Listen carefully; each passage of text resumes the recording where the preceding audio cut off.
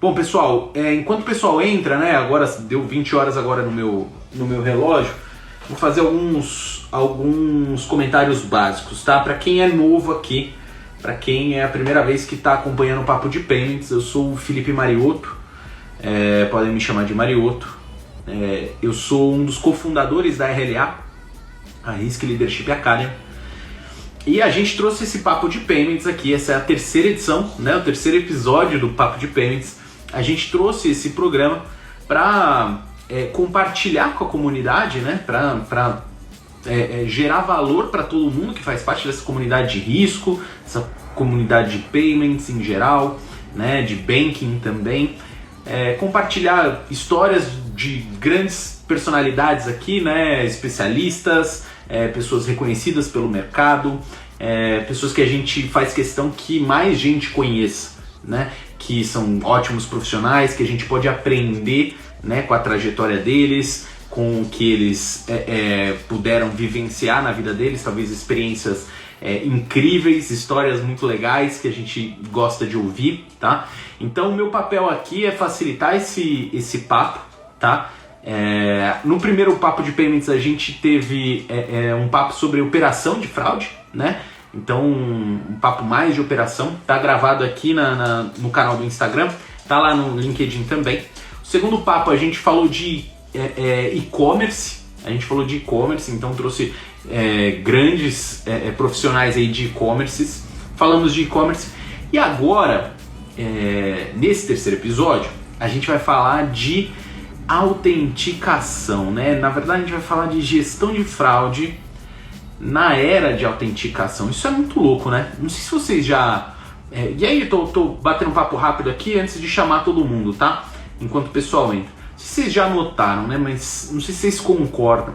Mas a gente meio que vive a era da autenticação. Vocês concordam com isso? Se vocês concordarem, fala eu aqui ou manda uma mensagem aqui. Porque, ó, pensa comigo. É todo dia o pessoal falando de fake news. É todo dia o pessoal falando de fake e o que é real, o que não é. A gente a todo tempo tá falando de autenticidade, o que é autêntico, o que não é autêntico, o que foi adulterado, o que não foi adulterado, até a comida, se a comida tem composto sintético, a comida é autêntica, né, orgânica, né? Então esse papo de autenticidade, ele permeia o nosso dia a dia como um todo, né?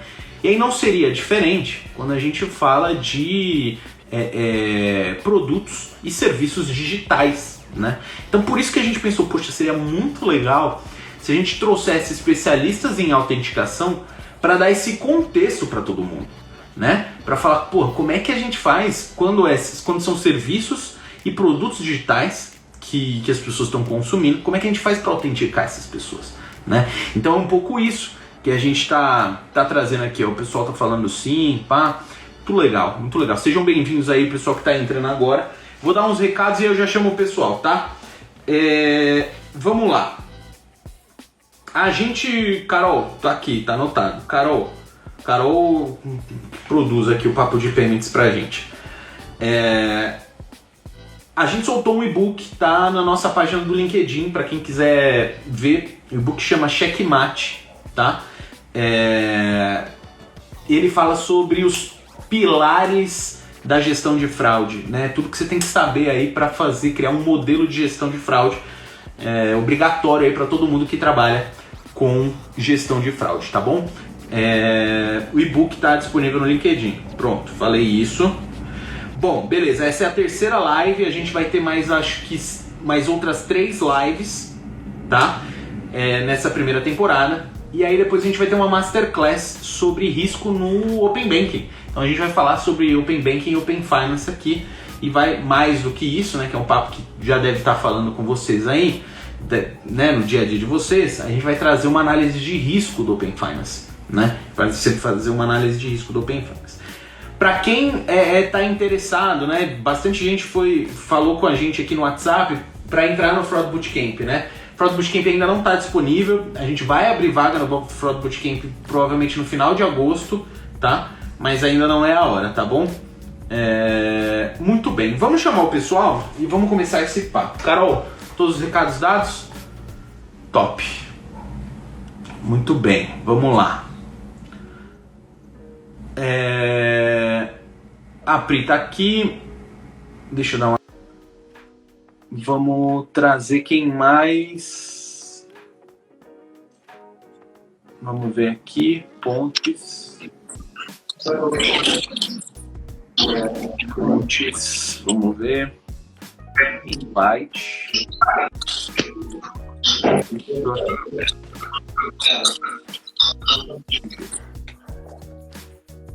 Vitor sendo convidado também. Olha aqui. E aí, pessoal, tudo bem? Boa noite. Vocês estão muito lindos. Boa noite. Boa noite. Boa noite. Vou pedir para vocês colocarem no mudo quando não estiverem falando, tá? Porque eu acho que dá para ouvir um pouco vocês. Ah, Pontes, acho que era você, hein? Eu não mudei, não. Não? Acabei de só apertei aqui. Boa, boa. Tudo certo. Gente, muito obrigado mais uma vez por terem topado fazer o Papo de Payments aqui. Pô, é uma honra ter vocês aqui com a gente. Agradeço aí em nome de todo mundo que está assistindo, poder ter a oportunidade aí de bater um papo com vocês. Não é sempre que a gente consegue tomar aquele café com profissionais que têm grande experiência, né? Então, toda vez que a gente consegue parar e tomar um café, né? Ou ouvir a conversa do café do cara do lado, que é mais ou menos o que o pessoal está fazendo aqui, é muito legal. Então, obrigado por vocês estarem aqui. Vamos começar esse Papo de Payments. E como de praxe aí, eu vou começar pedindo para vocês se apresentarem, porque muitos dos que estão aqui assistindo não conhecem vocês, tá? Então vou começar com Pri, pode ser? Pri, nome, Pode atual, ser sim. E experiência com fraudes e autenticação em geral. Boa. Boa noite a todos. Eu sou a Priscila Campos, sou manager de análise de risco aqui na Uniquad Tech, uma empresa de autenticação biométrica, né? Tenho 15 anos de prevenção à fraude, então tem história pra caramba. Já trabalhei em empresas de multissegmentos, de seguros, serviços financeiros. Então tenho um pouquinho para contribuir no bate-papo de hoje. Muito bom, muito bom. Seja bem-vinda. Seja bem-vinda. Vou pedir agora para o Vitor se apresentar. Vitor, fica à vontade. Olá, pessoal, boa noite. Meu nome é Vitor Cavalcante. Eu sou Head de Customer Success na Incognia. Estou na empresa há mais ou menos uns 3 anos e meio.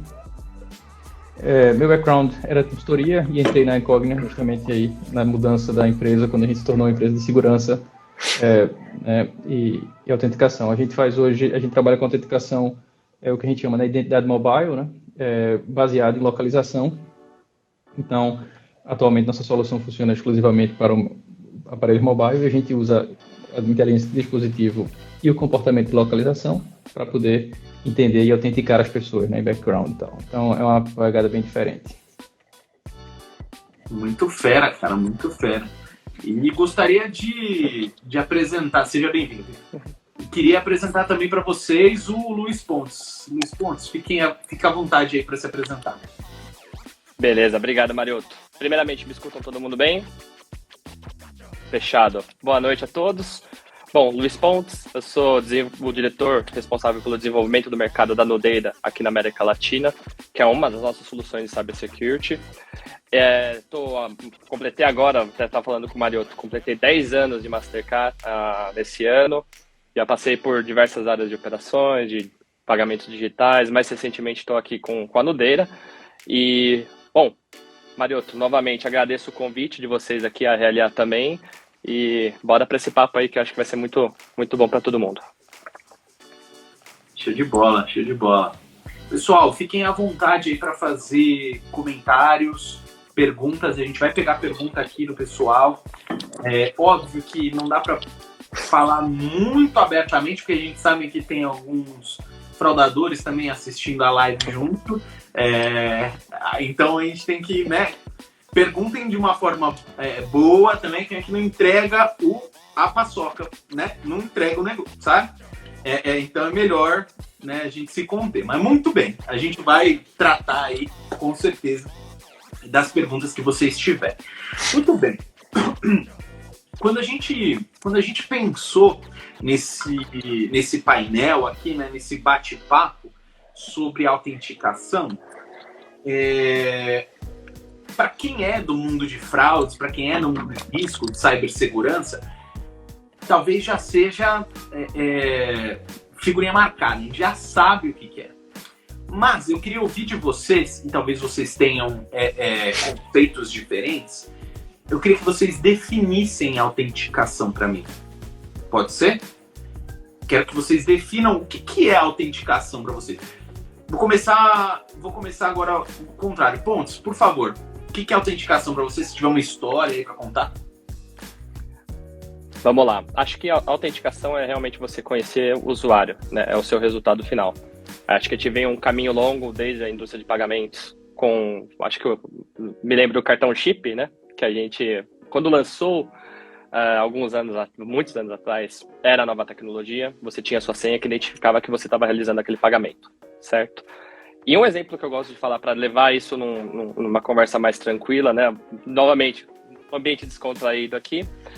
Você está indo num bar, Marioto, vou pegar você como cobaia, tá? Então, você vai num bar, a primeira vez que está indo lá, você vai ter que apresentar alguma identidade, né, para o segurança, para ele saber que você consegue entrar naquele bar, que você tem a idade adequada. Então, você se autentica. Tô vendo você aqui, você tá super bem, tá, Mário? Então, você se autentica com a sua identidade, tá? Então, essa é a sua primeira experiência. E depois você entra no bar e você consome todos os bens dentro daquele estabelecimento. Quando você voltar na segunda vez, talvez o mesmo segurança ele olhe para você, talvez te reconheça, mas só para garantir, ele vai pedir sua identidade de novo para te autenticar, para ter certeza que você é o Marioto e você consegue entrar novamente naquele estabelecimento. Então essa autenticação vai evoluindo. Finalizando a história, quando você voltar numa terceira, numa quarta vez e você se tornar um usuário recorrente daquele estabelecimento, ele talvez nem peça mais sua identidade. Ele vai olhar para você, vai te cumprimentar, vai falar, nossa, que bom que você voltou, tô feliz que está voltando no meu estabelecimento. Então você teve uma autenticação. Então é essa história que a gente tem que contar com esse vínculo, né? Você identificar o usuário, tanto nesse paralelo que eu fiz no ambiente físico, né? E também no ambiente digital. Então, com o que ele tem, com o que ele é, com o que ele sabe, e eu acho que também a gente vai falar um pouquinho de mais detalhes sobre isso. Porra, gostei do paralelo com o bar, né? Com o segurança do bar. E gostei também dele pedir minha identidade. Pelo menos. Com certeza. Tem que sempre pedir. Vitor, conta pra mim. Como é que você define a autenticação e o que você destaca desse conceito aí? Eu acho que, assim, né, como o Ponte falou, a gente tem a autenticação é você garantir que aquela pessoa, né, é ela mesma, né? Então você está dando acesso a algo, né, para alguém, né? Então você tem que garantir que essa pessoa, né, nesse processo de ter acesso, ela pode ter esse acesso, né? Então, de uma forma muito simplista é isso, né?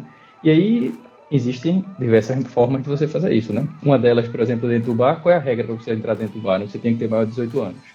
Então, qual é a validação que ele está fazendo? Deixa eu ver, essa carinha de bebê de Marioto aqui, olha para ele, pensa, beleza, maior de 18, pode entrar, sim ou não? Quando você vai acessar a sua conta de banco, o banco ele quer saber se é você que está acessando, né? Qual era a forma tradicional, quando a internet começou a autenticar as pessoas, sempre foi, né? Login e senha, né? Então, você para a internet era um e-mail, uma senha. E aí, esse método de autenticação, você saber que você é você mesmo, né? Você é a pessoa que tem acesso àquilo ali, seja lá o que for, seja o saldo de uma conta, seja a tomar uma birita, né? É o que se chama de autenticação, né? Enfim, como já foi comentado, a gente vai entrar um pouco mais de detalhe nisso, né? Isso muda ao longo do tempo, mas o princípio é o mesmo, né? Dar acesso a alguém a alguma coisa, né? E esse processo, você precisa se validar, você precisa dizer, beleza, eu tenho sim autorização para ter isso, né? Pode ser provar que você é você mesmo ou provar que você tem algum tipo de credencial XYZ. Né? Uhum. Ó, eu destaco algumas coisas, e aí, Pri, se você quiser até me explicar um pouco melhor, porque na fala do Pontes, ele falou sobre checar se eu sou eu, né? O Vitor trouxe um conceito também que além disso, talvez você tenha a credencial, alguma credencial. Então, autenticar também me parece que vai além do cara crachá, né? Faz sentido isso? Total, Marioto. O que acontece, né? A autenticação, ela tem pilares. E como é que a gente faz esse tipo de autenticação? Por quem nós somos, pelo que nós temos e pelo como a gente se comporta durante a tudo que a gente faz. Então, o que nós somos? Sou Priscila, tenho essa face, eu sou essa pessoa. O que eu tenho? Eu tenho documentos, eu tenho device. Quando eu uso meu device, eu tenho IP. Eu tenho também bens, que também pode ser um método de autenticação. E comportamental, o que eu faço se revela através do comportamento. Então, a gente tem comportamento de consumo, a gente tem comportamento de digitação.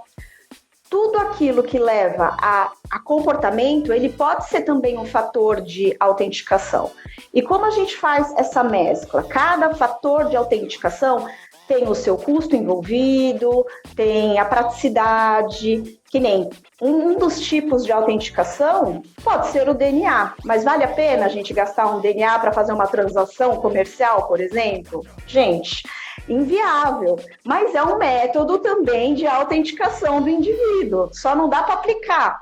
Mas Então, o sucesso disso tudo, de autenticação, de todas essas possibilidades, você saber o que é viável, de custo, agilidade, no processo que se quer. Então, eu acredito que a autenticação, ela usa tudo que nós fazemos e não pode ter esforço para aplicar. Então, eu acho que a gente tem que ser identificado de maneira muito fácil por todas essas hipóteses que tem de autenticação.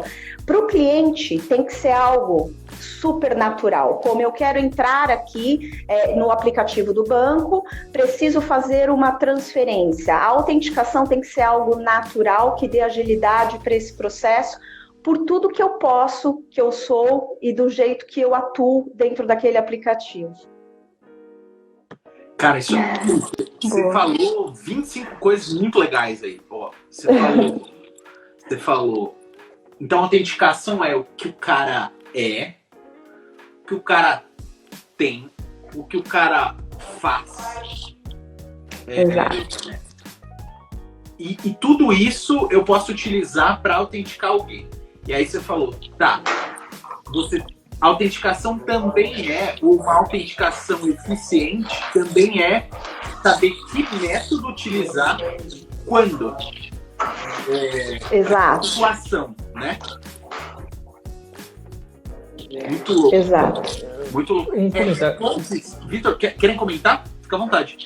Claro, eu ia fazer só um comentário sobre esse negócio, né? O que você é, o que você tem, o que você possui, né? Que não necessariamente é um ou aqui, né? Algumas vezes pode ser apenas uma condição, né? Você tem que saber se aquela pessoa, um exemplo muito bestinho, assim, que tá na moda aí, né, recentemente, nem tá mais tão na moda assim, na verdade, né? Que negócio da NFT, né? Quem tem acesso a um token não fungível virtual, né? Tem acesso a alguma coisa. Ninguém quer saber quem você é, quer saber se você tem acesso e quem é o portador daquilo passa a ter acesso a um serviço ou alguma coisa, né? Então, tipo, não necessariamente a gente está falando sempre, né, de saber quem é você, né? Mas a autenticação, ela também pode ser uma coisa um pouquinho mais específica do que isso, né?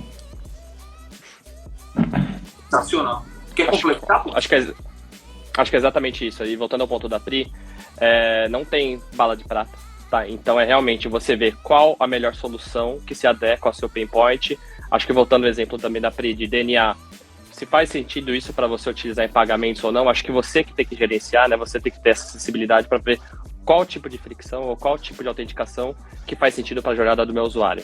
Então, acho que é um ponto importantíssimo também que volta tudo à autenticação, porque essa jornada digital, né? A gente sempre volta autenticação, porque é como você garante realmente que é o Marioto fazendo aquele login, seja no Internet Banking, seja no website, ou uma transação ou abrindo uma conta. Então, acho que o papo aqui está botando todo mundo ao mesmo sentido. É muito louco, né? Porque você vai autenticar um pai com DNA, né? Mas você não vai autenticar o mesmo indivíduo quando ele vai fazer uma compra com o DNA. Eu achei o exemplo do DNA fera demais, Pri. Eu vou te perguntar, Pri, aproveitando. A gente colocou o título desse papo de payments de gestão de fraudes na era da autenticação. E até provoquei o pessoal que estava no começo da live aí falando, gente, ó, não sei se vocês perceberam, mas a gente fala de fake, seja fake news, fake qualquer coisa, e o que é real. A gente fala sobre a comida que é sintética, a comida que é orgânica. A gente fala de coisas que foram adulteradas e coisas que são genuínas. Então, como autenticar essas coisas? A gente está tudo tempo, a gente vive a autenticação, a gente consome a autenticação. E aí eu falei, para produtos e serviços digitais, me parece que é a mesma coisa, é inevitável a gente seguir esse mesmo padrão. Mas eu queria saber de você, por que a gente fala que está na era da autenticação? O que mudou aí?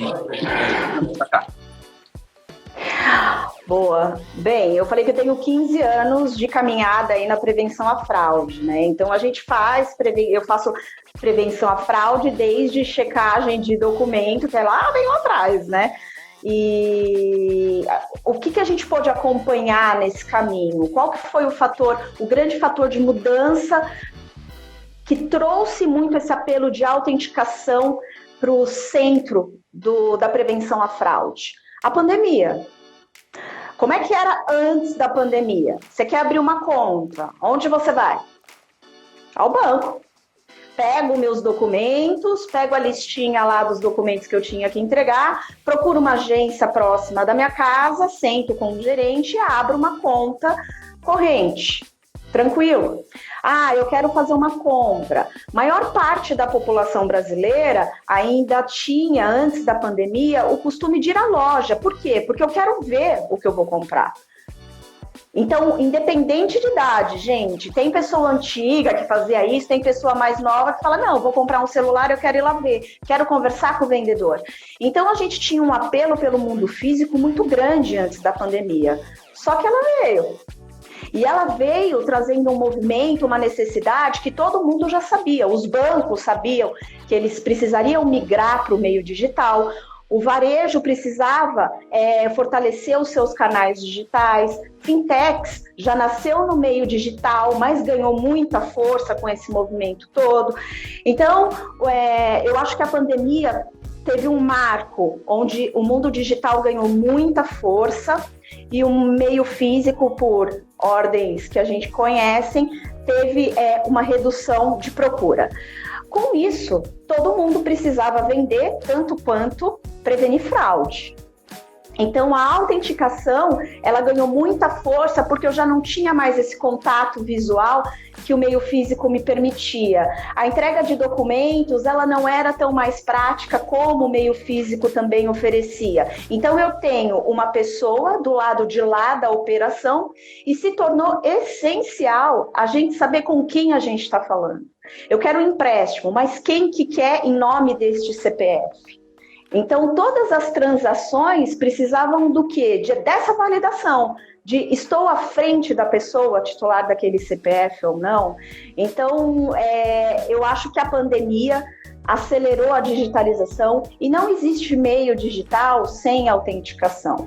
Por isso que a gente fala muito da importância de saber o device, tem o gerenciamento do comportamento daquelas pessoas, tanto quanto essa validação biométrica que a gente tem. E é bom falar também que quando a gente fala de validação biométrica, não só a facial, a gente tem fingerprint, a gente tem outros métodos também de validação, a vocal, como você disse, e aí vai também de assertividade, usabilidade, cada canal pode ter uma validação diferente. Então, eu acho que a pandemia acelerou a digitalização e com isso trouxe a autenticação para o centro. Cara, que louco isso, né? Isso Que louco. teve uma pessoa que comentou aqui, não lembro quem foi, que falou que a gente tem que autenticar aposentado. A Exato. autenticação teve também, né, para disponibilização de serviço social e tudo mais. Uhum. Quem que é que está recebendo? Essa pessoa ainda está viva? Essa pessoa, esse CPF, né? A pessoa que detém esse CPF está vivo, não está? Como é que a gente faz prova de vida das pessoas? Como é que a gente autentica isso? Isso é muito louco. E pensar que a autenticação, o uso de autenticação no mundo digital cresceu exponencialmente, a prova disso uma das provas disso é Nudeira chegando, vocês da Único crescendo, Incógnita recebendo aportes absurdos também. Isso prova o quanto a gente, enquanto sociedade, estava precisando dessas tecnologias, né? Isso é muito louco. Vitor, comenta para mim essa questão do digital que a Pri falou. Vamos lá. Quando você tem uma migração, né, durante a pandemia, né, todo mundo é catapultado para o meio digital, né? Então, ninguém... Era uma coisa que a gente estava aos pouquinhos, né, esperando, aos pouquinhos... As empresas estavam, né, devagarzinho chegando lá, né? A gente vai... Aquele negócio meio Chaves, né? A gente vai, aí estava indo devagarzinho. Quando acontece, todo mundo sabe, foi todo mundo catapultado, forçado para esse único meio. E o que se tornou, acho que o principal problema, né, é que durante toda a pandemia, esse foi o único meio de comunicação, né? Até atendimento telefônico, né, foi reduzido durante esse período, né, por, enfim, questões de pandemia e tudo mais. Então você força as pessoas a se autenticar única e exclusivamente pelo meio virtual, né? E na realidade brasileira, isso se traduz, inclusive, exclusivamente pelo celular, né? Então, tipo, por um smartphone, né? E aí, o que acontece, né? Você tem esse contexto que a Priscila falou, né? Das pessoas que não tinham esse costume, né? Passam a entrar nesse meio, né? De maneira forçada. Mas você também tem a dificuldade de você agora ter como único meio, né?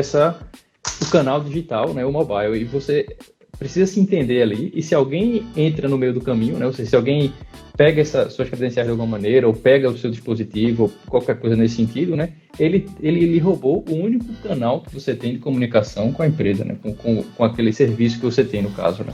Então, a dificuldade, né, ela aumenta exponencialmente, porque você passa a ter praticamente um single point of failure, né? Nesse momento. E aí é que, enfim, o que o Ponte comentou, que a Priscila comentou também, né? Não existe bala de prata, você tem que se proteger disso de várias formas, né? E até como usuário também, tem que entender, beleza, se algum dia eu perder meu celular, o que acontece com a minha vida, né? Como é que eu me preparo para isso, né? E aí, enfim, somado a isso, só o último comentário, né? A gente teve, nos últimos anos no Brasil, um vazamento de dados acontecendo, né, quebrando recordes todo ano, né, melhor do que recorde de 100 metros, né, tipo assim, todo ano alguém batendo, a gente vazando cada vez mais. E aí, quando você tem isso, somado ao fato de que você está todo mundo no virtual agora, todo mundo tem acesso, né, todo mundo mal intencionado tem acesso às credenciais, às coisas, os dados de você só tem um meio para se comunicar, as pessoas podem até se impersonar e passar por você de uma maneira muito mais rápida, né, então, enfim, o desafio aqui se tornou bem maior, né. Cara, é muito doido isso, cara. Muito doido. Porque você falou o celular como único canal, né, de comunicação com o cara.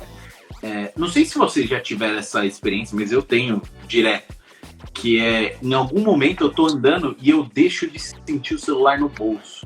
Aí dá aquele mini ataque cardíaco, assim, sabe? Que é tipo... Aí você passa a mão assim e fala, minha nossa, tá nesse bolso, ufa. Não sei se vocês já tiveram isso, mas, cara, é a sensação desesperadora. Tá tudo lá, né? E uma vez que o cara consegue acesso ao aparelho, talvez, né? Ele pode, dependendo dos níveis de segurança, os layers de segurança que cada aplicação tem, ele tem acesso ao seu e-mail, ele tem acesso ao seu WhatsApp, ele tem acesso à sua conta, né? Então, de fato, torna-se um single point of failure. Né? Para quem não conhece aí, anota aí que a gente vai... já vou fazer um jabazinho aqui. Tem um dicionário de fraude na RLA, no site da RLA, que vocês podem procurar esse troço aí. Bom, Pontes, deixa eu te perguntar aqui, cara. O Vitor falou do aparelho.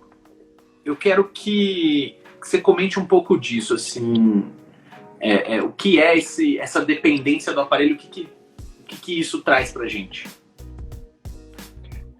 Beleza.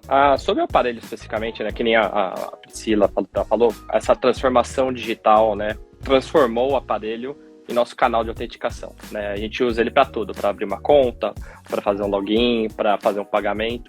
Então ele se tornou, querendo ou não, a nossa chave, né? Então, e isso leva o lado bom e o lado ruim também. O lado bom é que você tem uma chave única, né? Mas voltando ao exemplo também do Vitor, perdi o meu celular. Qual que é a minha vida após a perda do celular? O que eu faço, né? Então, a solução, acho que a estratégia que a gente tem que tomar é confiar na pessoa por trás do aparelho, né?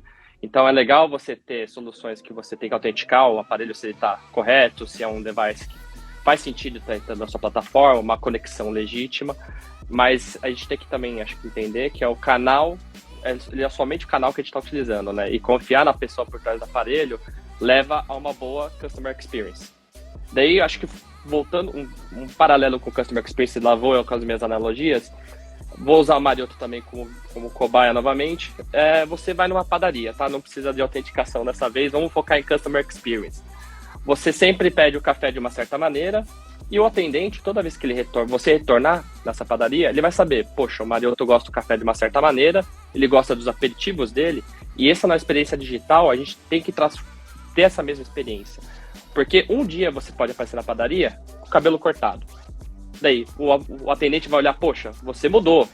Mas assim, ainda é o Marioto, ainda é o Marioto, então eu ainda sei qual o produto que eu tenho que te oferecer. E isso numa plataforma digital, a gente tem que ter uma experiência também similar, que independente do device que eu estiver utilizando, independente do canal, que eu tenha uma experiência boa como consumidor final durante toda a jornada do usuário. Isso é muito doido, né? Porque você não pode depender de um fator só, né? Isso é uma coisa que a gente comenta muito dentro de estratégia de gestão de risco em geral e fraude, que é como é que você tem múltiplos fatores de autenticação, múltiplos fatores de segurança, layers, né? Que você insere para aumentar a segurança da sua jornada, né? Marioto, desculpa, posso só completar um ponto? Eu tava até levantando aqui do jeito que a gente combinou aqui o jogo.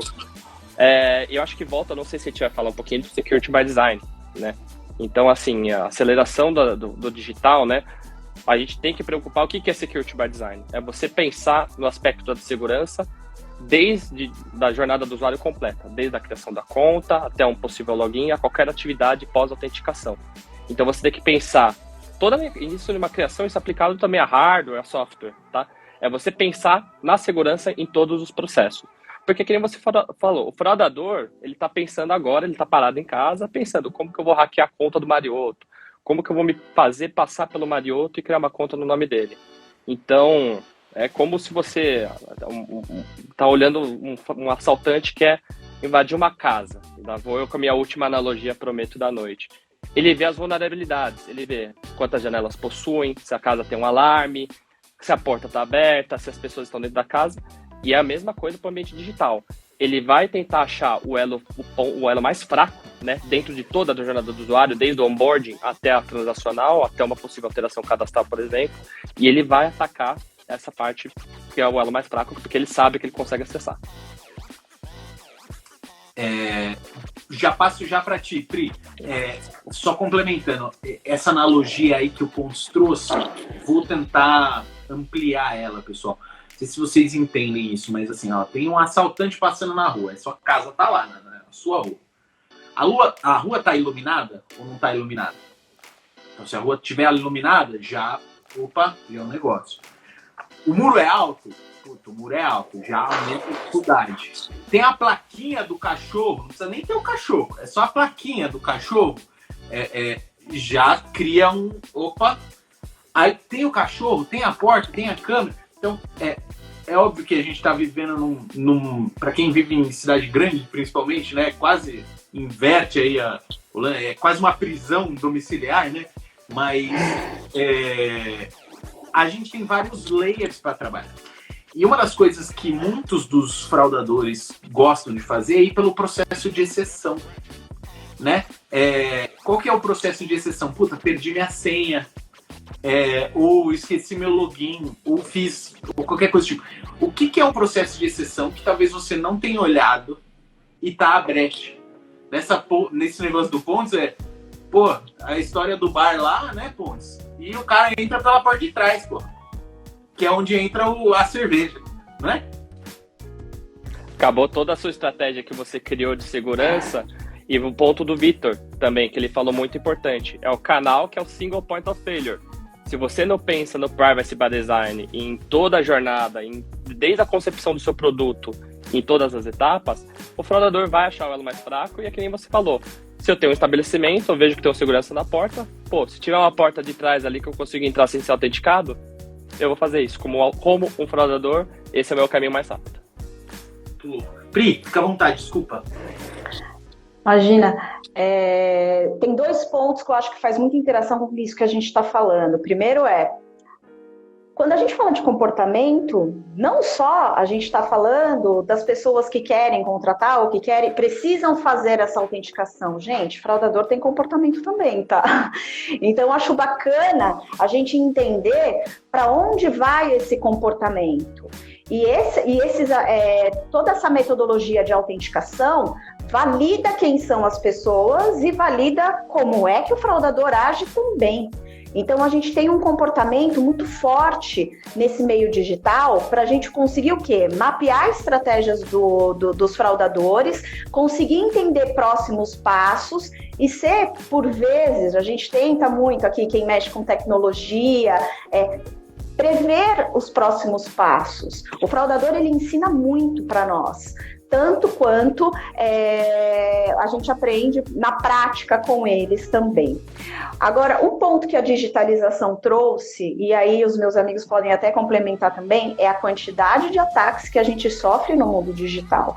Gente, é muito comum, os ataques eles triplicaram, quadruplicaram. A gente vê nos jornais todos os dias tentativas de golpes diferentes, muita engenharia social por conta de redes abertas, perfil do WhatsApp, não precisa ir longe. De repente você tem um cuidado todo especial com as suas redes. Tem gente que nem tem rede social, mas tem lá um perfilzinho do Instagram com a fotinho. É muito normal.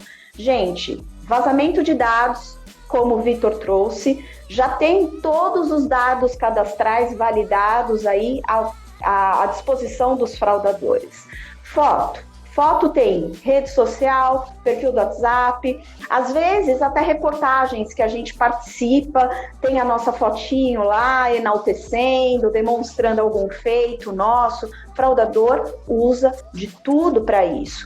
E antes o fraudador precisava se expor para fazer valer essa tentativa de golpe. Então ele precisava ir no banco, ele precisava ir na loja, ele precisava ir em alguma entidade que oferecesse alguma oferta de tentativa financeira para ele.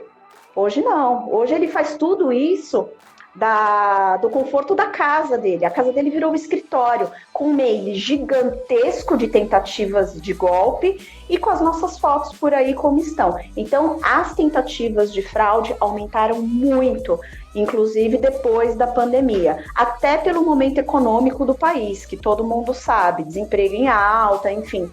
Então, isso também traz uma importância para autenticação, isso traz uma importância para mapear comportamentos, enfim, para fechar essas portas, garantir sempre um processo muito bem cerceado, como disse o Pontes. Não adianta a gente fazer a casa com muro e deixar uma portinha lá, porque, gente, o fraudador acha. E por vezes a gente vê que a portinha tá aberta porque eles entram primeiro, sabe? Infelizmente, gente. É impressionante, né? Vi aqui muita gente comentando de SimSwap. SimSwap é um golpe, né, pessoal? Para quem não está familiarizado, de troca de número de telefone. Tem lá no dicionário de fraude também. Mas tem uma pergunta aqui que é super básica. Eu vou direcionar para o Vitor. Vitor, uma pergunta simples, que eu acho que você vai responder em uma frase, ó. Como garantir o processo de autenticação de forma segura, ágil e que atenda o Customer Experience do portador no segmento transacional dos cartões? Vamos lá, né? É bem simples. É só equilibrar tudo, né? Ao mesmo tempo, né? Bem, eu vi vários comentários sobre isso, na verdade, aí, né? O pessoal falando sobre a experiência do usuário, né? De uma maneira geral. Que de fato sempre foi o grande dilema do mercado de antifraude, né? Como você equilibra experiência, né? Fricção e segurança, né? Porque sempre existiu essa ideia de que quanto mais etapas, né? Quanto mais perguntas, quanto mais coisas você exige, você pede e tal, de alguma maneira existe sim uma correlação entre isso e segurança, né? Porque você está cobrando e exigindo mais informações, né? Mas como eu comentei, com vazamento de dados, né? Acesso à informação, né? Então, provavelmente todo mundo aqui, né, já teve seus dados, tem seus dados vazados em alguma base, qualquer que seja. Acesso a essa informação ficou muito mais barato, né, em escala. E aí, simplesmente jogar fricção nas pessoas, seja por perguntar, né, por coisas do quem você é, né, esse tipo de coisa, não necessariamente ajuda, né. É aí que, quando você lida com comportamento, você está lidando com uma coisa que a pessoa, de alguma maneira, ela né? A gente brinca aqui na Incógnita dizendo assim, né? Você não precisa fazer nada para se autenticar, a não ser você mesmo, né? Então, eu não quero que... A nossa solução, ela é muito resistente a engenharia social, qualquer coisa desse sentido, porque a gente não quer saber o que você sabe, não quer saber nem login e senha, né? A solução da gente funciona sem isso, né? A gente usa o comportamento de localização, a gente aprende por onde você se locomove. Quando a gente fala de localização, é muito mais... o mercado está acostumado a lidar com localização, a gente sempre enfrenta esse atrito, né, das pessoas olharem, quando a gente fala localização, o cara pensa IP, rede de telefone, GPS, né? Mas a gente lida com localização num sentido muito mais estrito senso, né? Então, eu consigo dizer, por exemplo, que você está num lugar, Marioto, e o seu vizinho que está uns 3 andares acima de você está em outro, certo? Por mais que a sua coordenada geográfica seja a mesma, por exemplo, né? Seu IP é provavelmente o mesmo, sua rede a que você tem acesso é a mesma, né? Então, a gente entende localização nesse nível de profundidade, né? E aí, qual é a mágica, né? Como é que se conecta com a resposta, né? Eu não estou só fazendo um jabá aqui, né? É porque a gente funciona em background, certo? Então, quando a gente coleta dados de localização, essa coleta é feita de maneira transparente ao usuário, né? Óbvio que os sistemas operacionais mobile, né, eles pedem permissão de localização natural, é uma coisa que só o usuário dá apenas uma vez, mas passou por essa única fricção, a coleta ela é feita né, sem que o usuário precise fazer nada, né? Então, a gente aprende sobre o comportamento de localização, aprende sobre o dispositivo que ele está inserido, e a gente é capaz de autenticar o usuário sem que ele faça nada. Porque na hora que ele está entrando e tomando uma decisão sobre isso, né, a gente consegue dizer assim, opa, entendi, essa localização faz sentido com o contexto, o dispositivo faz sentido com o contexto, em alguns casos de pagamento, como a gente usa, né, a gente leva algumas variáveis de pagamento em consideração também, como valor, coisas assim, a gente consegue autenticar, né. Então, como é que você junta, né, segurança e experiência, né? Você tem que buscar... Significa que a Incógnita consegue autenticar 100% dos usuários? Não. Óbvio que não. Não existe bala de prata, né? É aí que você entra com a fricção, né? Tipo assim, quando é que você vai buscar e tentar dizer, beleza, conseguir passar a boa parte dos meus usuários por esse sistema de autenticação que é seguro, certo? E sem fricção. Mas não passa 100%. Quem ficou aqui de fora, a gente vai buscar outros métodos de autenticação. E aí você começa a aplicar outros modelos, seja, sei lá, que não necessariamente estão atrelados a mais fricção, certo? Mas você vai buscar outras formas, né? Como a gente funciona em background, né? É fricção zero, a gente gosta de dizer. Mas aí você vai buscando outros métodos, e dessa forma você só aperta de verdade o cara que você está com muita insegurança, entendeu? Essa cascata de você fazer, né? Você deixa que você segura o mínimo de fricção possível, e à medida que ele vai acendendo as luzinhas no painel, você vai jogando em cima dele outros métodos e coisas no sentido. Não sei se eu respondi aqui, eu fiz muito bom. Não, fez muito sentido. E o que eu pensei aqui, uma que não sei se todo mundo tinha esse conhecimento de que é possível você fazer a localização do cara não só X e Y no mundo, mas Z também, né? O cara tá, eu tô aqui e o cara tá em cima da ponte, igual o carro, né? Tá um carro embaixo e outro em cima da ponte, ou eu aqui e o outro. Esse nível é muito louco, muito legal isso. Mas sabe o que me chama a atenção nisso também? Que é um dilema que a gente em fraude acaba lidando todo dia, que é, cara, eu sempre vou atritar mais o cara que tá fazendo a jornada que não é a jornada padrão. Porque é na jornada que não padrão, que ele tá fugindo do comportamento, tá viajando, perdeu alguma coisa e tá querendo fazer alguma coisa diferente. E é justamente quando ele foge do padrão de comportamento, eu acabo enquadrando ele, tipo, opa, fugiu, e aí eu acabo atritando. Então, como é que a gente olha não só pro verde, o caminho verde, mas pros caminhos amarelos também, né? Pri, quer comentar alguma coisa disso daí? Mariotto, excelente. Eu não sei se aqui todo mundo já teve uma experiência como a que eu tive, eu fiquei um pouco brava, né? Eu acho... Primeiro eu vou contar a experiência, depois eu vou falar o que eu acho melhor. Fui pagar mecânico, né, gente? Porque mulher tem carro quebra também. E fui pagar o mecânico, que foi me cobrar na minha casa, porque ele levou meu carro. E, cara, meu cartão não passava, e eu morrendo de vergonha. E depois liguei no operador, enfim. Era uma tipicidade de comportamento. Primeiro, porque eu estava na minha casa. E segundo, porque eu estava pagando algo que eu não tenho costume de pagar. Então, eu acho que aqui fica o desafio, inclusive para as empresas, mesclar, saber qual é o caminho verde, o caminho feliz, o caminho não tão feliz, e quando você não tiver um caminho feliz, o que você propõe como segunda, terceira, quarta validação para que aquele cliente não saia prejudicado em relação ao que ele precisa fazer daquela operação. Então, eu acho que aí fica o desafio de todo o mercado, e cada um tem que olhar para dentro de casa e falar assim, poxa, beleza. Porque comportamento, gente, tem exceção. Qualquer tipo de comportamento tem exceção. E o que você oferece para que esse cliente não saia prejudicado? Então, eu acho que as empresas têm essa lição de casa, sabe? No meu caso, eu tinha um cartão auxiliar, gente, que devia ter uma regra diferente, e eu paguei o mecânico, graças a Deus, né? Tá vendo? Pontes, comenta para mim, que outro tipo de tecnologia você destaca aí? Acho que assim, focado especificamente na pergunta que você falou, né, de meio de pagamento, eu só adicionaria que você ter que nem a Pri deu um exemplo ruim de comportamento que não funcionou, mas voltado a pagamento, eu acho que a gente tem também dados adicionais a serem analisados por tecnologias também, por um outro modelo. Acho que até teve no papo de payments anterior, que teve até um pouquinho de papo com o Anzai, tá? Que ele falou um pouquinho, até para quem não assistiu, assiste lá com ele, que é bem legal. Tá tudo gravado, né, Mariotto? Tá tudo gravado para todo mundo assistir. Como você gerencia a fraude e o risco no pagamento, porque daí é um outro modelo, tá? Então, às vezes você está olhando transação de cartão de crédito, você está olhando transação de e-commerce, transação digital, que você precisa das informações do device, o comportamento, enfim, de tudo que você precisa para autenticar o usuário, mas ainda por cima você tem uma camada adicional, que são os dados da transação. Qual o número do cartão, qual o Merchant ID, então onde que normalmente esse usuário paga, qual o spend, o valor dele que ele normalmente gasta.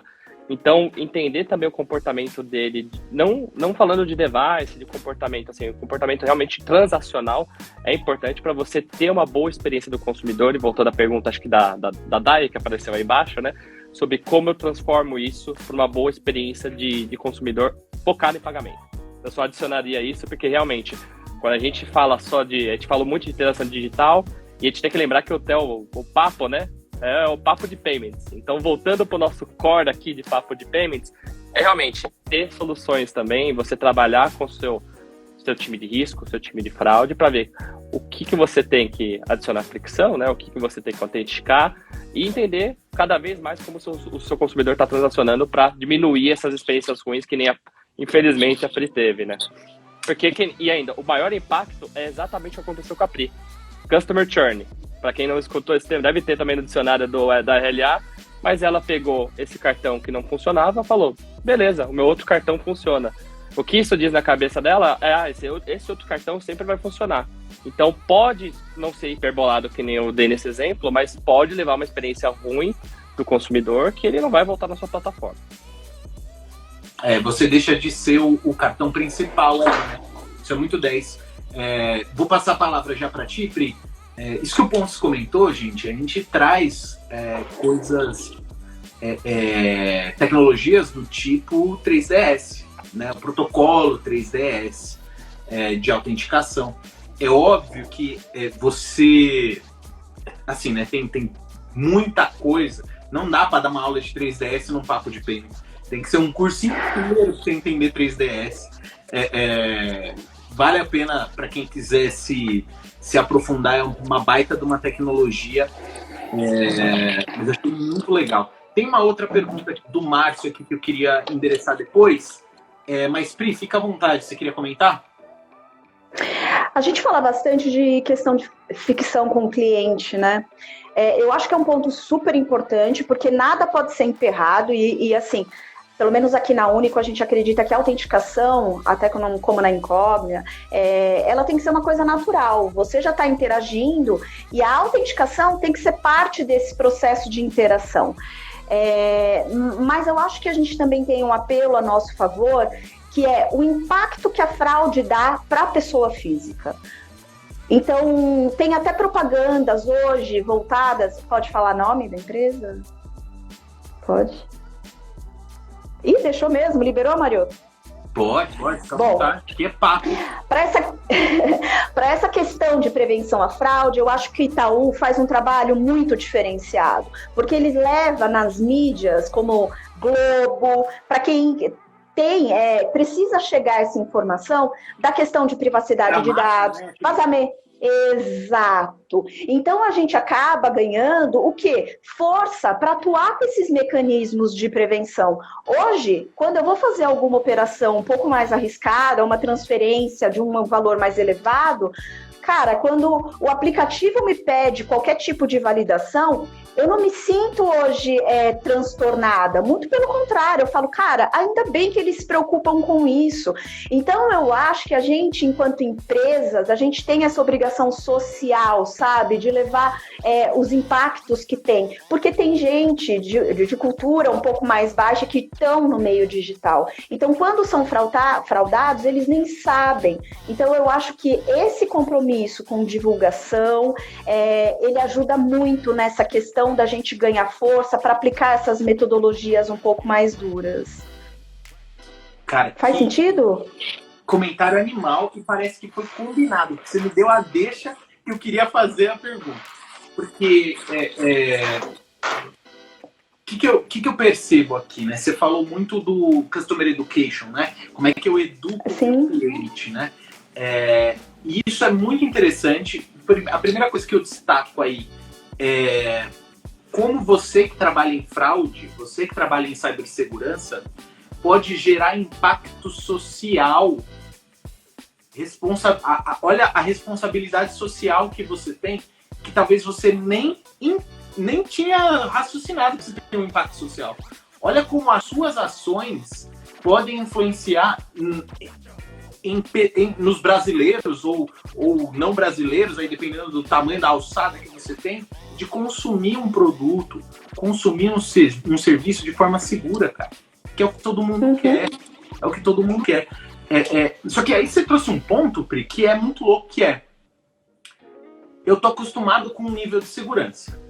E aí vem os cabra lá da Incógnita, os cabra aí da Nudata, o pessoal da Único também, e faz as mágicas lá, das tecnologias mágicas.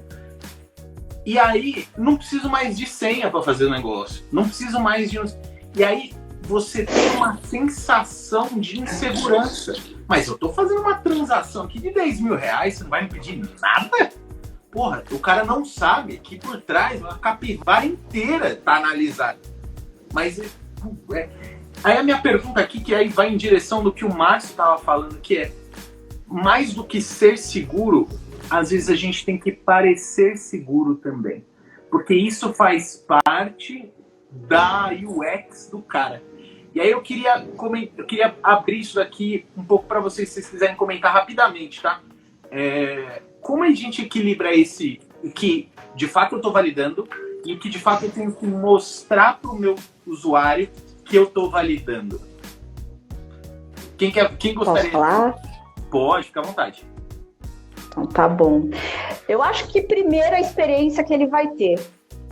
Independente da gente mostrar para ele ou não, se ele nunca for impactado negativamente com uma fraude conosco, eu acho que essa é a grande entrega.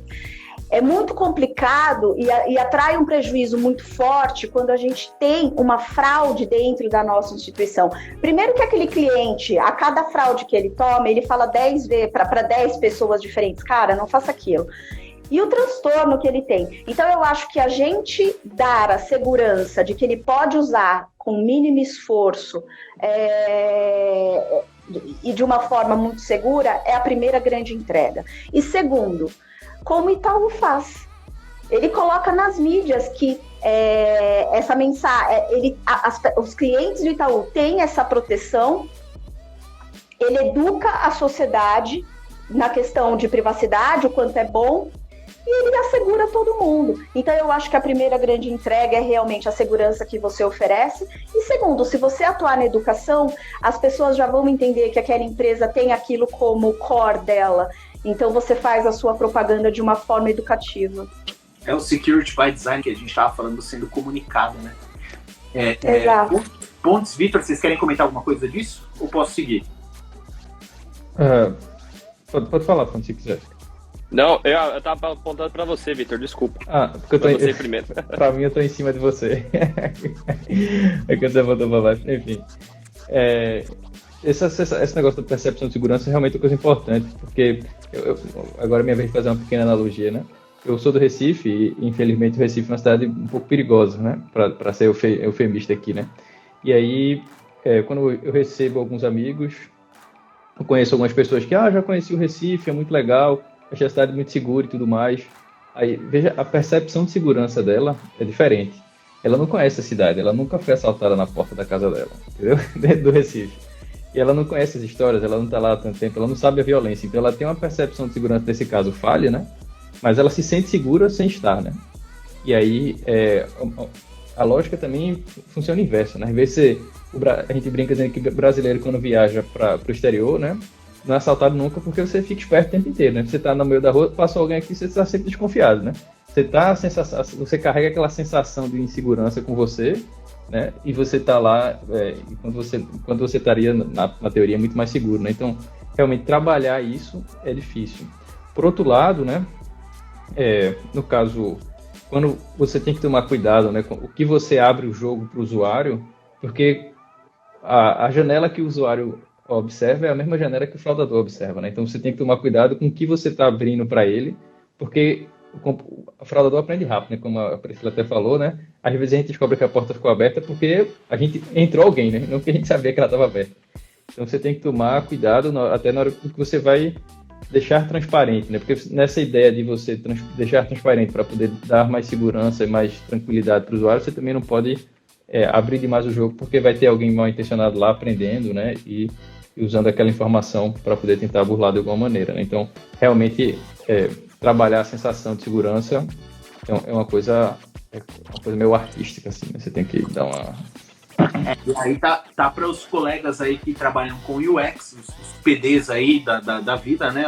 Todos os product designers, UX writers e tudo mais, cabe esse desafio também, né? Como é que você comunica? O Dudu deu um exemplo interessante, que é o que a plataforma te dá de feedback. Quando você interage com ela, o que ela te traz de feedback? Será que ela pode te trazer, olha, dispositivo validado com segurança, não sei o que feito com segurança?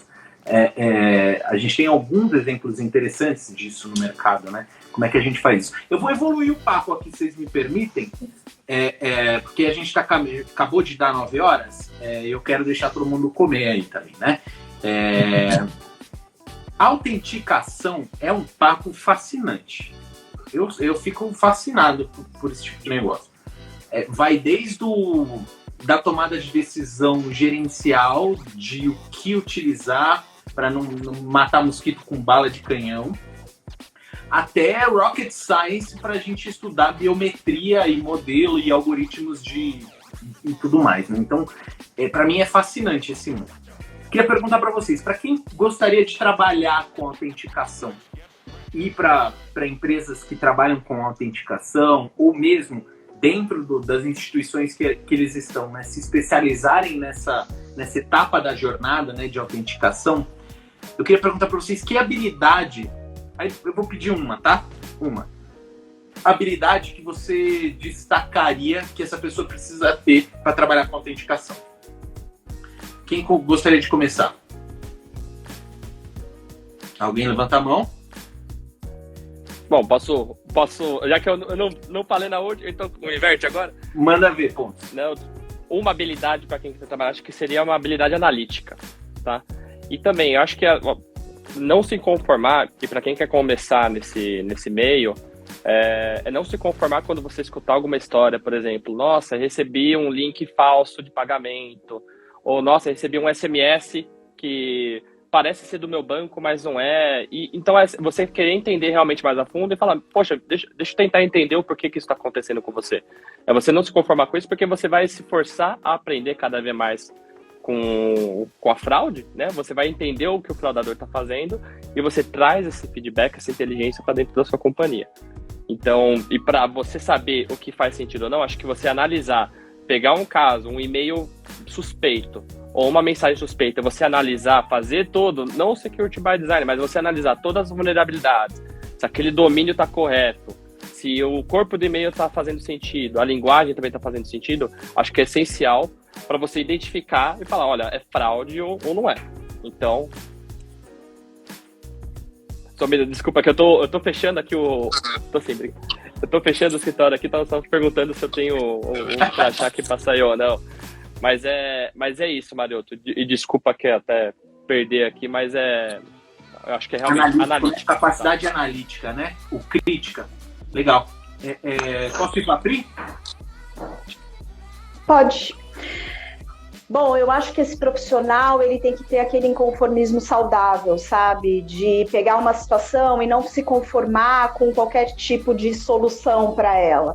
Cada problema, a gente ir a fundo, checar todo o processo e não se conformar com o não consigo, a gente não pode melhorar, porque na autenticação a gente sempre pode melhorar. E aí pensar fora da caixa também é outra característica que eu acho que ajuda muito, porque os métodos, eles vêm se diversificando, a tecnologia vem trazendo novos formatos de fraude e pensar fora da caixa tem trazido bastante solução para a gente conseguir mitigar rápido esses novos formatos de fraude.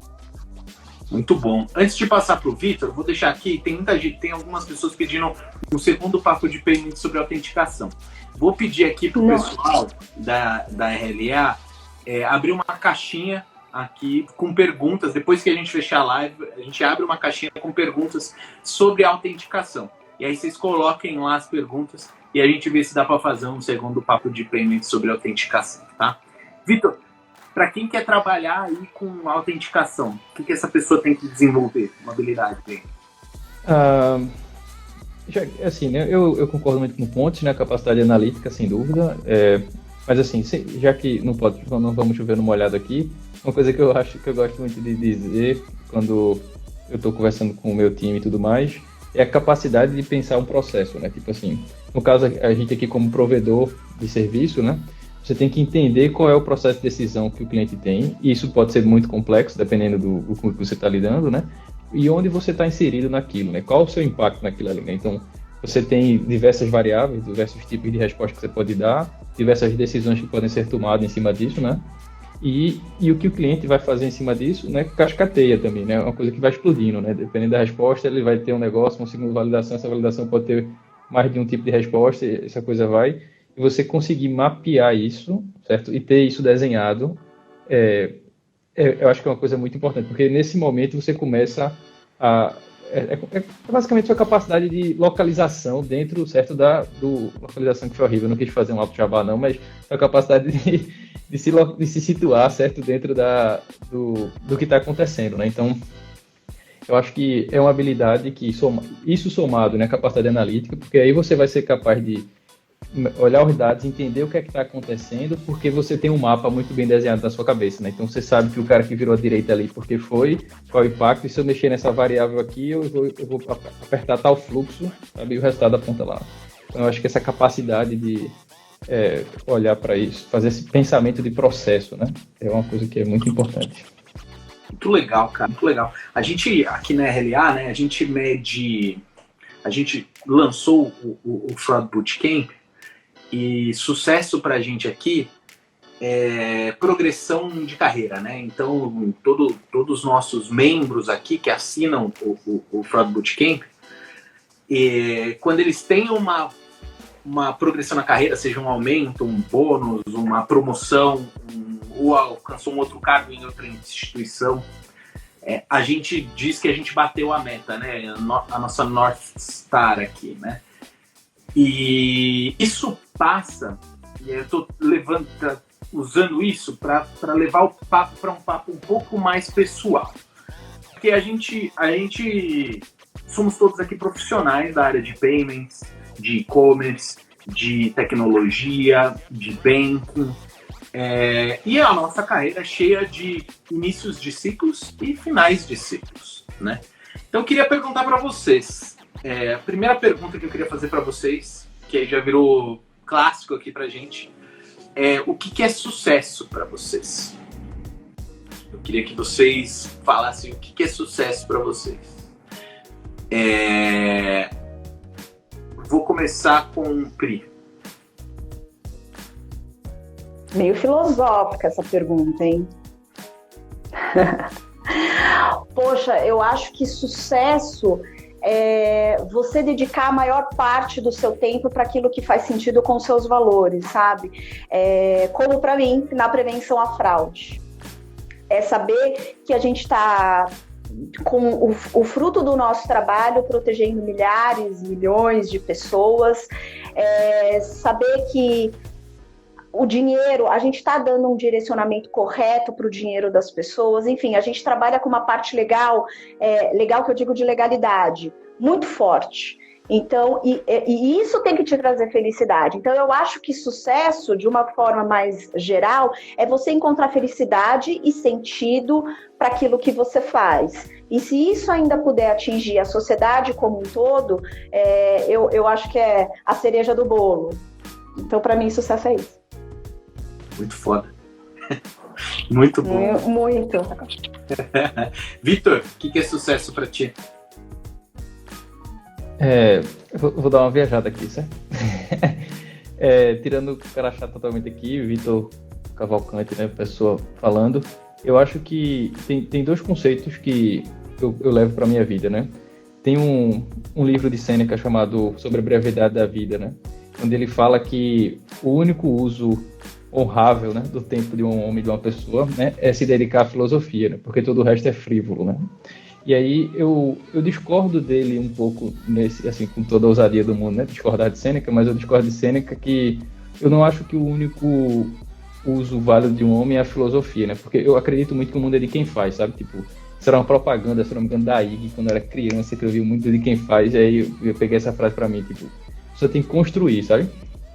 Então, você constrói, o que você constrói, enfim, pode ser, como o Priscila falou, nesse impacto que você tem na sociedade, de maneira geral, você está ajudando as pessoas a salvar dinheiro e tudo mais, ou mudar de vida, ou qualquer que seja, certo? Seu propósito, eu acho que durante a sua vida útil, mais produtiva, né, o seu negócio tem que ser construído. Mas, eu acho que, aí eu concordo, né, com o Sêneca, né, o sucesso ele se torna um momento onde você, beleza, construiu o que eu tinha para construir, o que você julgava aquilo, né, suficiente, e você pode simplesmente amarrar o seu burrinho e dizer assim, entreguei e é isso, né, vou dedicar agora ao pensamento, à minha vida, às minhas reflexões, sei lá, cuidar da minha família e tudo mais, né. E aí só amarrando junto com isso, né, fechando, tem outro pensador que eu gosto muito, esse contemporâneo, Nassim Taleb, ele diz que um homem rico é um homem que tem opções, né. E por quê? Porque se você tem opções, você lhe aperta, cai alguma coisa, você tem outra oportunidade de fazer outra coisa, né? E aí eu acho que isso fala também sobre essa capacidade de ter opções, né? Você isso assim, passa no mundo que nós vivemos, né? Por construção de patrimônio e tudo mais, você construir relacionamento, ter acesso às pessoas, sabe, às coisas certas. Então, você ser rico nesse aspecto é você ter opções, né? Você poder optar por fazer uma coisa ou outra, né? Então, isso também passa por sucesso, né? Se você tem opções, você é uma pessoa rica e consequentemente, enfim, a coisa vai nas duas mãos. Animal. Pontos. O que é sucesso pra ti, meu cara? Não sei nem como eu respondo depois dessa resposta do Victor aí. Essa foi difícil, essa foi longe. Puta, excelente resposta, by the way. Eu acho que a minha tá mais voltada aqui, mais próximo da Pri, tá? Nada contra, Victor, mas a minha é também ter felicidade, ter leveza em todos os aspectos que eu faço no meu dia a dia. Então, família, tempo livre, no trabalho. E eu acho que você, falando de um ramo mais profissional, né, o que é sucesso, é se eu conseguir diminuir a quantidade de histórias que a gente escuta de, puxa, sofri uma fraude, perdi um celular, recebi um e-mail. Isso eu acho que já é vitória, assim, para todo mundo aqui. Tá? A gente está todo mundo aqui no mesmo barco, né? Todo mundo trabalha com cybersecurity. Então, quanto menos histórias a gente escutar disso, para mim, eu sei que a gente está fazendo alguma coisa certa aqui do nosso lado. Animal. A gente tem uma provocação em todas as nossas comunicações, aí quem já está acompanhando a gente há um bom tempo, a gente tem uma frase que chama muito a nossa atenção, que é: você é mais do que você já se tornou. Então não importa aonde você chegou, você é mais do que aquilo, o seu potencial é maior do que aquele, você só precisa encontrar esse potencial e manifestar ele no mundo. Dentro dessa pergunta, eu quero fazer uma outra pergunta para vocês. Qual é o próximo passo da carreira de vocês? Pri, você de novo, vai. Difícil, hein?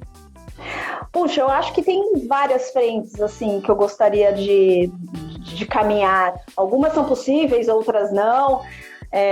A impossível. Adoraria fazer prevenção à fraude para o governo. Adoraria, assim, de falar, poxa, imagina todos os benefícios, a gente poder fazer o bom uso do dinheiro público. Essa é a parte que é impossível, tá bom? Agora, a parte que é possível, eu gostaria de me dedicar mais a ensinar aquilo, o pouco que eu sei, sabe? Levar para as pessoas essa conscientização de prevenção à fraude. Eu acho que a população brasileira ainda é muito carente em relação a esse tema. E a gente ainda fala do ensino, que o ensino tem que trazer educação financeira, tem que trazer outras matérias. Eu acho que a gente lidar com o que é certo e é errado, eu acho que a gente precisa ainda focar nisso. O que é certo e o que é errado, gente. É uma decisão, né? Exato. Muito foda. Victor, qual é o seu próximo passo de carreira, cara? Bem, eu na verdade, acabei de sentar a bunda na cadeira de Head of Customer Success aqui na Incognia, né? Então, eu acho que eu preciso me sentar de verdade, certo? Uma propriedade sobre isso. E eu acho que isso passa por a gente estar num momento de crescimento acelerado e a expectativa da empresa é, enfim, multiplicar o seu tamanho, né, em algumas vezes nos próximos anos. E eu acho que o meu próximo passo é ser a pessoa responsável por construir o time que vai levar a empresa, né, a sair e multiplicar por 4 ou 5. Né? Então, eu vou pegar com X, vou entregar com 10X. Então, é onde eu vejo, é o que eu vejo para mim como minha fase atual, né, meus próximos passos. No início de um ciclo, né? Isso é muito legal. Pontos, qual que é o próximo passo na sua carreira? Bom, novamente, pergunta difícil, mas acho que o próximo passo, independente se fraude ou não, é estar preparado, tá? Mantendo o aprendizado que eu estou tendo em fraude no momento, acho que é evoluir constantemente, porque, novamente, cada dia aparece uma fraude nova. Eu acho que a gente tem que ficar on top of our game aqui para ter certeza que os nossos produtos, que o nosso mercado está tendo as soluções corretas. E eu acho que diria que esse é o próximo passo, é manter relevante, estudar cada vez mais. E um pouquinho que o Dapri também falou, compartilhar isso com a maior quantidade de pessoas possíveis, porque daí esse meu próximo passo também está alinhado com o meu resultado, que é sucesso. Porque se eu conseguir compartilhar esse conhecimento e participar junto com outros experts também do meio de fraude que a gente está fazendo aqui agora, e a gente compartilhar o máximo possível, a gente consegue atingir esse resultado com certeza. Muito legal, gente.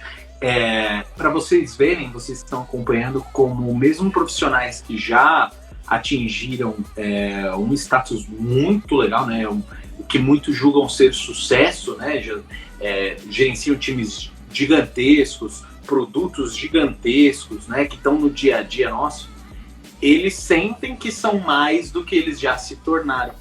E assim também eu acho que a gente tem que pegar isso um pouco pra gente, sabe? Qual que é o próximo passo que eu quero dar? E como é que eu me preparo para ter esse sucesso? Como é que eu me preparo? Como é que eu aprendo? Como é que eu conheço pessoas novas? Como é que eu desenvolvo emocionalmente?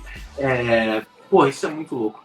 Gente, eu vou caminhar para os finalmente aqui, encerrar aqui o nosso papo de pênis. Foi muito legal esse papo. Muito legal. Adorei esse papo. Então, Pri, muito obrigado. Vitor, muito obrigado. Pontes, muito obrigado mais uma vez por ter batido esse papo com a gente. Vou deixar comentários finais aqui. Pri, comentários finais, por favor. Bom, acho que valeu o agradecimento pela oportunidade. Estar hoje aqui faz parte, inclusive, daquilo que eu acredito que seja um sucesso, não só pelo reconhecimento, mas por também dividir as vivências, o que a gente sabe um pouquinho. Eu acho que tem um agradecimento muito forte também aos nossos familiares que cedem boa parte do tempo que poderia ter conosco para a gente estar aqui fazendo, participando de momentos como esse também. Eu acho que vale um agradecimento até pela empresa que eu estou hoje, a Único, que me possibilita ir atrás, inovar. É uma empresa muito desafiadora, me desafia muito a ser melhor todos os dias, me abre um espaço para eu também dividir conhecimento de prevenção à fraude, então eu me desenvolvo muito aqui ensinando. E, poxa, em especial meu filho, gente, que é um fofo, que eu já falei para ele que eu vou roubar ele para prevenção à fraude também. Esse é um conceito. Então, vou perguntar uma coisa que não estava no script. Ai, meu Deus. Se o seu filho, para quem tá aí ainda, fica aí que essa pergunta é cabeluda. Se o seu filho virar para você um dia e falar: mãe, eu quero ter uma carreira de sucesso em fraude, o que eu preciso fazer? O que você falaria? Ser resiliente. RLA, né? Boa, isso aí. Olha o Vitor já, mas é um marqueteiro, né?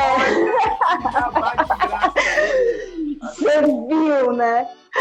Não, eu acho que, poxa, eu falaria para ele primeiro, ser resiliente, porque não é fácil, gente, não é fácil. O mundo, trabalhar com prevenção à fraude, eu acho que é um pouco a cada dia, é o fraudador na frente, a gente correndo atrás, então você tem que ter essa resiliência como parte principal do seu perfil profissional. Curioso ele já tá? Crítico ele também já adora tudo que é lógico, então eu acho que ele tem potencial, sabe? Eu só falaria para ele ser um pouquinho mais resiliente. Animal. E escutar o que eu falo, né, Marioto, que não tá escutando, né? Matheus, se tiver aqui, escuta isso, viu? Muito bom, obrigado, viu? Vitor, comentários finais. Antes, Pri, como é que as pessoas te acham no LinkedIn? Eu tô como Priscila Campos, me adicionem lá, se tiverem dúvidas, mandem mensagens, eu respondo tudo que eu puder. Muito bom. Vitão, comentários finais aí e como as pessoas te acham no LinkedIn. Primeiro, desculpa, Priscila, eu me meti na resposta sobre o seu filho, mas eu não podia... Vai ser bem-vindo. Obrigado também, eu queria agradecer ao pessoal da RLA pelo convite, me senti muito lisonjeado, de verdade, não estava esperando. Tem muita gente boa na RLA, muita gente boa da Incógnita na RLA, né, e eu fui convidado, então fico muito feliz pelo reconhecimento.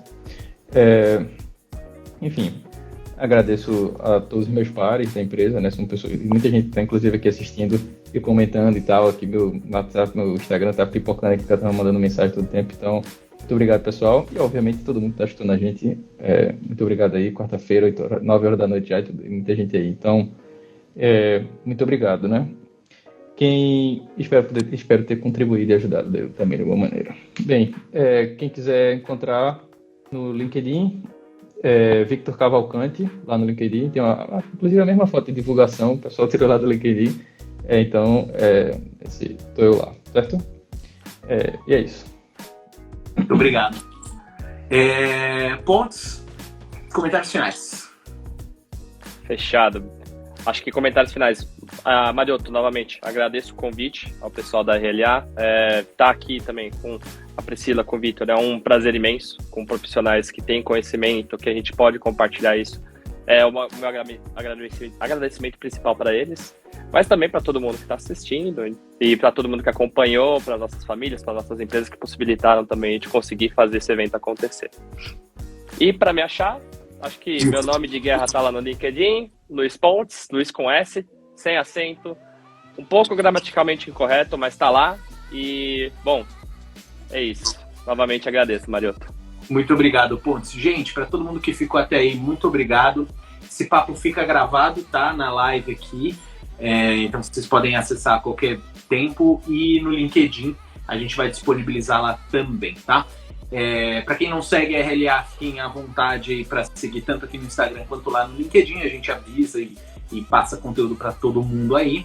E a gente vai abrir uma caixinha agora sobre autenticação. Vocês fiquem à vontade para fazer as perguntas, tá bom? Gente, mais uma vez, muito obrigado. Um ótimo final de terça-feira para vocês. Fiquem com Deus aí e até mais. Falou, gente.